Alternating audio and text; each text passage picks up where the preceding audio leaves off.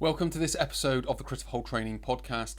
Today's topic is lordosis. We're going to be trying to understand it a little bit better. We're going to look at some causes, some symptoms, some treatment options. We're hopefully going to try and dispel a couple of myths about how we go about that and introduce some new ideas about overcoming lordosis. So what we'll do now is get stuck straight in.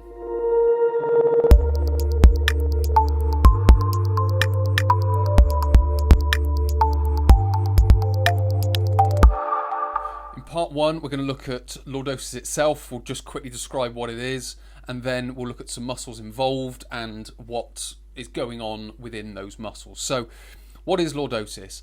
It's an exaggerated curvature of the lumbar spine. So, you will have a natural curve to your spine anyway.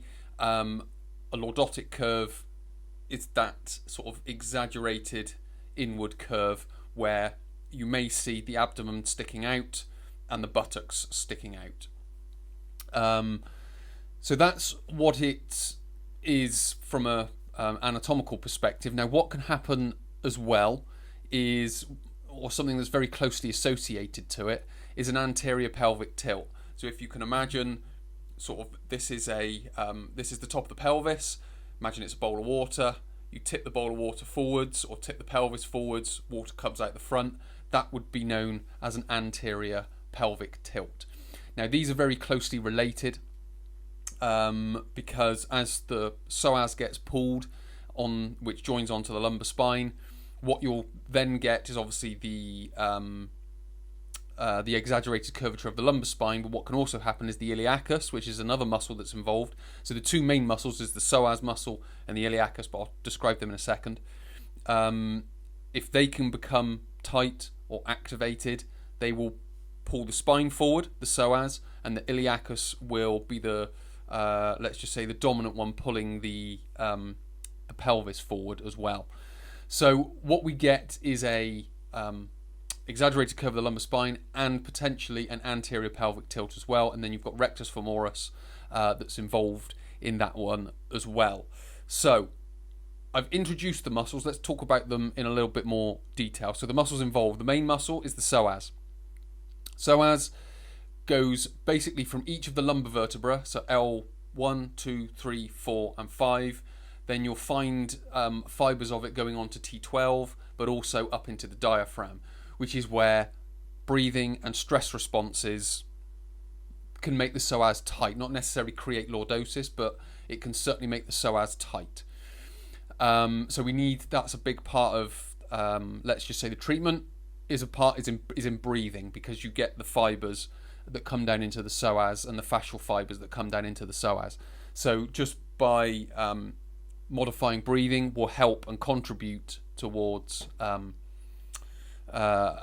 releasing a tight psoas. That's not to say it's going to help you overcome lordosis, but it will certainly play its part. So we've got the psoas, that's, as I mentioned, all 5 of the vertebrae. Then it goes down through the pelvis and joins on to the sort of front, inside and top of the femur, which is the bone of the upper leg. Then we have, again, closely related to that, we have iliacus, which, if you can imagine the bowl of the pelvis, it essentially sits on the inside of the bowl, goes all the way around the top, and again joins into basically the same place as the psoas. So what you then get described is those two muscles as one, the iliopsoas, iliacus and psoas. So those are two separate muscles, but they can be described as the same thing, the iliopsoas. As I mentioned, it joins in to the front, inside, top of the femur, much the same as the psoas. If we then go on to another hip flexor, which is the rectus femoris, you will then go from the front of the pelvis. So again, if you look at the front of the pelvis, or you feel on the front of the pelvis, you get two knobbly bits. One is the ASIS, which is the anterior superior iliac spine. If there's one below that, called the I got to get this right. So you've got the anterior superior. You've also got the anterior inferior iliac spine. So that is basically the lump that sits underneath it, and that's where the rectus femoris joins into. So we have those two knobbly bits. You then get rectus femoris, joins into the bottom one, goes basically down through the thigh. So it's known as one of the quadriceps, the middle quadricep that sits on the top. So you get that. That then joins into the quadriceps tendon above the kneecap, goes through the kneecap and into the patella tendon and the name forgets me, but the lump on the front of the knee. It will come to me at some random point, but basically it joins in there. So that's rectus femoris. Again, if that becomes tight, that will start to pull on the front of the pelvis. You've then got sartorius, which is another muscle, joins into a similar area as rectus femoris, slightly different. Rather than going down the front of the thigh, it sort of wraps around the inside of the quadricep muscle. So if you look at a diagram and you can see the three quadriceps in front of you, that sartorius runs basically down the inside and joins onto the inside of the knee. Another one, tensor fasciae lata, which is at the top of the thigh, front of the hip. That's a small muscle, again joins into and will play its part in more so the internal rotation of the pelvis. So those are the muscles that are, the final group is the adductor group.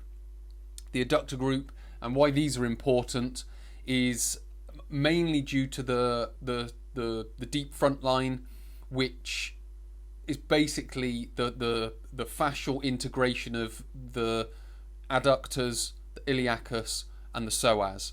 So if we get, which brings me on to one of the symptoms, if we get tight psoas iliacus, that can then compound because of the fascial connections down into the adductor group.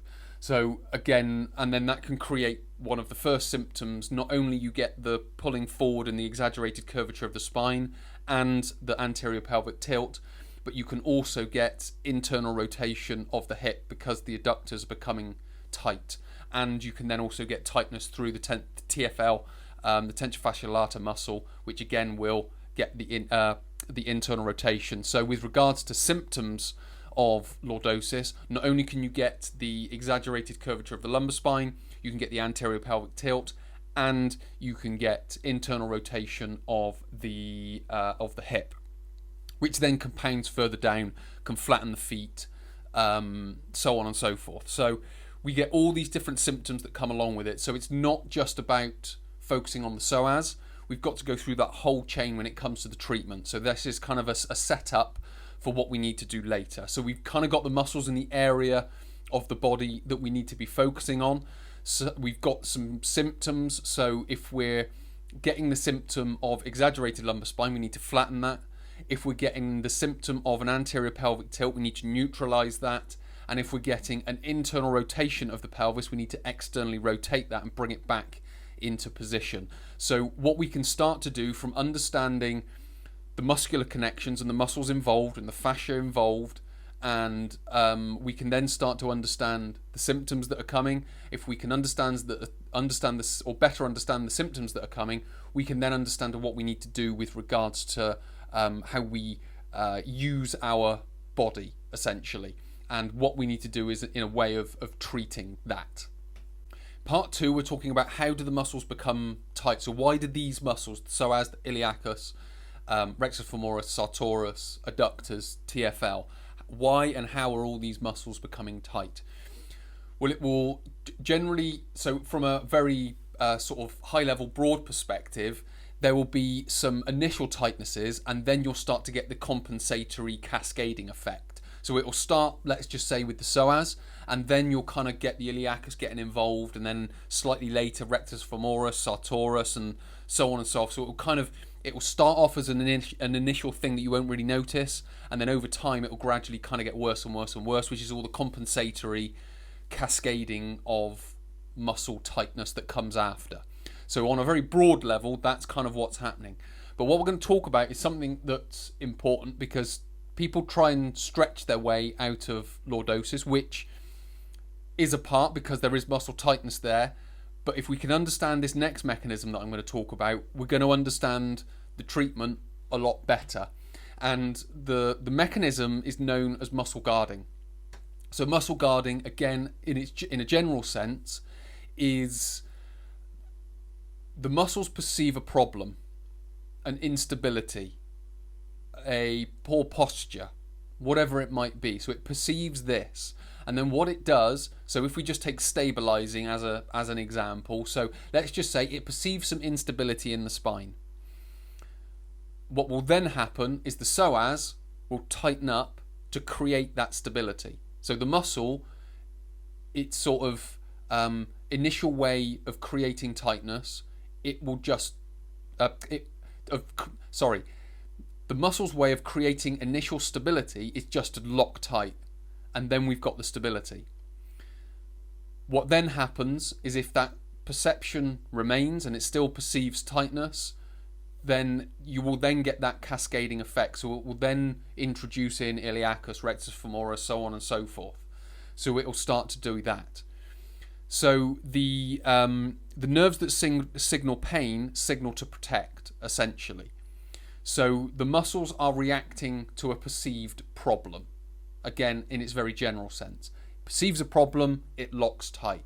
Now in the short term, this isn't too much of a problem if we know what to do. But if we're getting into lordotic postures and these are remaining and staying for a prolonged period of time, what we will then tend to get are more problems, because when the muscle cascades and compensates into the iliacus, into the rectus femoris, into sartorius, you're going to start getting more muscle tightnesses, which is going to start creating more compensations, which is going to start to create more aches, pains, tightnesses, and potential risks of injury elsewhere. So we need to understand this this mechanism of muscle guarding, which is then not only sort of creating the initial problem of a tight psoas, which is then creating the pulling on the lumbar spine, which is going to create its own problems, because then we can start to get disc problems, facet joint problems, ligament problems. So we need to be able to sort that out. Now, if we're not doing it in the short term, it can be saved. We can start focusing on it in the long term, but we need to take a sort of a more broad approach to it. So we can't just stretch our way out, but we'll talk about that in the next part. So in the long term, it becomes a problem. We get what is known as, or we get what people call weakness of the hip flexors. Now, I describe this as, it's like an illusion of weakness. It's more a fatigue, and it's more a, let's just say, the example that I've used in the past is like a fuse box going into a house. So that's controlling the electricity that's going into the house. And what happens here is because, well, if we take the example of the fuse box, so when too much electricity comes into the house, the fuse box will trip a switch and all the electricity will go off. And then you have to flick the switch and the electricity comes back on. The body's doing a similar thing. So it's locked everything tight, and when we get too much stimulus, it just shuts the muscle down. So if we try and lift a weight with our hip flexors, which we don't really need to do, because of the literal electricity from the nerves going into the muscle, it will essentially downgrade that muscle activation, because what it doesn't want to do is it doesn't want to shovel too much electricity into the body or into that muscle, because again there's already a problem there. So it's shutting it down, it's downgrading it, and it's keeping it protected, which is what the body wants. So if you are strengthening the hip flexors and always coming up against this weakness, there's good reason for it, and in some respects you're kind of continuing the problem by trying to strengthen your hip flexors, because the muscle's trying to guard against a problem and you're trying to lift your way out or strengthen your way out of it, and the body just keeps saying no, shut down, no, shut down, no, shut down. So it's just downgrading all of the activation of that muscle, so you're really not going to get strength off the back of it.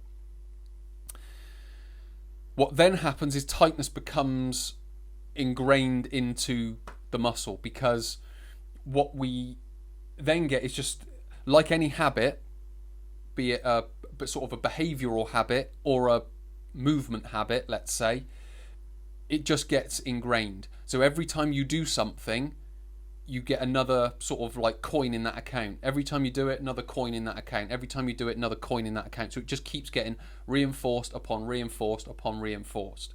So what we have to do, and if this is stacked up over a long period of time, it's going to take a long period of time to unstack that and create these new habits, because we've got to unwind the potential years of problems that have gone before.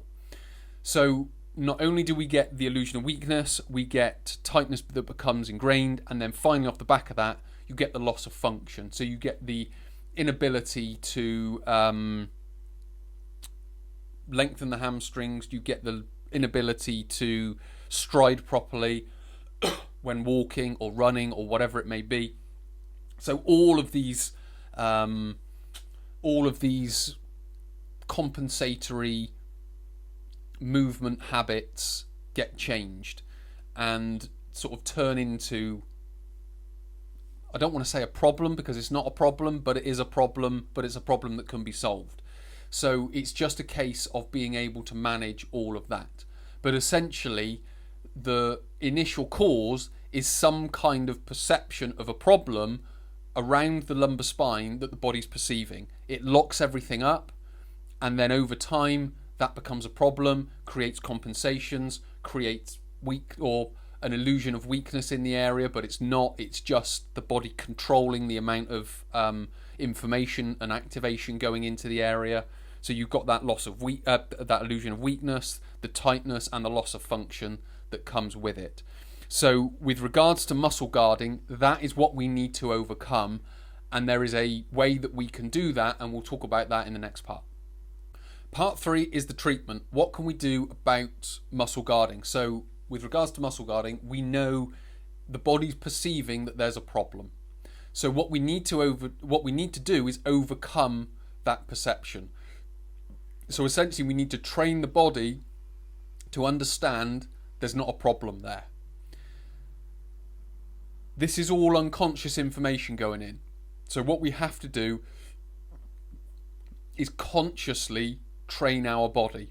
And then what will start to happen over time, and again, this isn't going to take one stretch, one workout, 1 week, possibly 1 month. It's going to take a period of time to get yourself through it, because you've got to build the habits, number one, and then you've got to keep repeating it and keep putting coins, or taking coins out of the Lordosis account and put it into the proper spine mechanics account, if you will.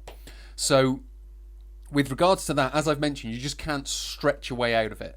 That's not really a strategy that's going to be of great use, because as we've described, when the body perceives a problem, now what I will say is the initial stretching will create an improvement. But because the body perceives there's a problem, when you stretch, you make, and if we go back to the instability thing, so if we say it's a stability problem, when we stretch, we create instability because we're relaxing a muscle. So if the body then still perceives unconsciously that there's a problem in the spine, it's going to pull it back tight.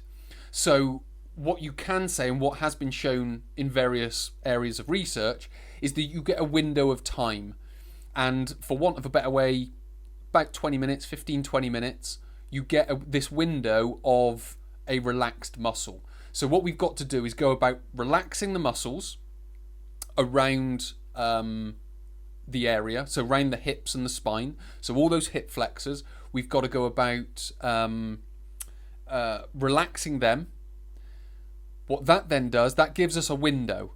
So we can then stretch, and then we can go about sensibly activating the muscle, so we don't overload it and cause it to react and lock up tight again. So it's a little bit more of a sensible solution rather than strapping weights to your feet and lifting your knee, because what the body's going to do is just react to that, and it's going to lock everything back up, because it perceives a problem. We've just relaxed everything, and then the body's going to panic because there's a big weight on your foot and you're lifting up and the psoas and the hip flexors are getting huge amounts of activation, so therefore it's then going to just basically lock itself back up again. So what we need to be able to do is essentially what I sort of describe as 3 steps is sort of some sort of massage, foam rolling, or a physical massage by a therapist, or yourself, self-massage. So foam rolling, then stretching, and then adequate movement or activation of the muscle. And sort of, I guess you could say, another symptom of lordosis is what's called as a reciprocal inhibition. So if we get all the hip flexors that are locking up, we get all the hip extensors which are relaxing. So then that's the reciprocal inhibition, because it's reciprocal, opposite, inhibition, inhibiting. So it's essentially when you get tightness on one side of the body, you get relaxation on the other side of the body.